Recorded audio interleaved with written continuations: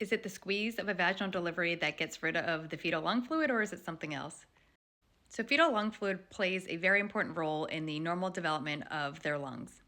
Starting around 6 weeks of gestation, the pulmonary epithelium secretes fluid into the alveoli, and it starts out at about 2 mLs per kilo per hour, but by the time the baby reaches full term, it's as much as 5 mLs per kilo per hour, which is a ton of fluid going into the alveoli.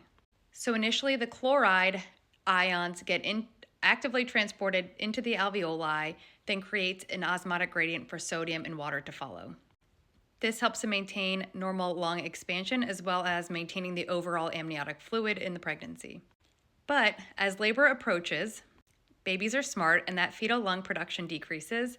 And then during labor, there's a surge of maternal catecholamines and glucocorticoids, so like epinephrine and steroids, that happen that actually turn on the ENaC channel. So it activates the ENaC channel, the epithelial sodium channels. Sodium is absorbed through that ENaC channel, again, creating another osmotic gradient for chloride and water to follow, which gets absorbed into the lymphatics and the pulmonary interstitium.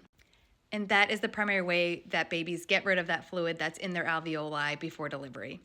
So babies that may have difficulty with transition are ones that perhaps they had a scheduled repeat C-section, so they didn't know that labor was coming, there is no labor, and they're born via C-section, so they don't get that surge of catecholamines to activate that ENaC channel. TTN is self-limited, it usually resolves within a few hours, and babies will not have any issues going forward. It's truly just a little bit of a delayed transition, and they can get through it and be fine.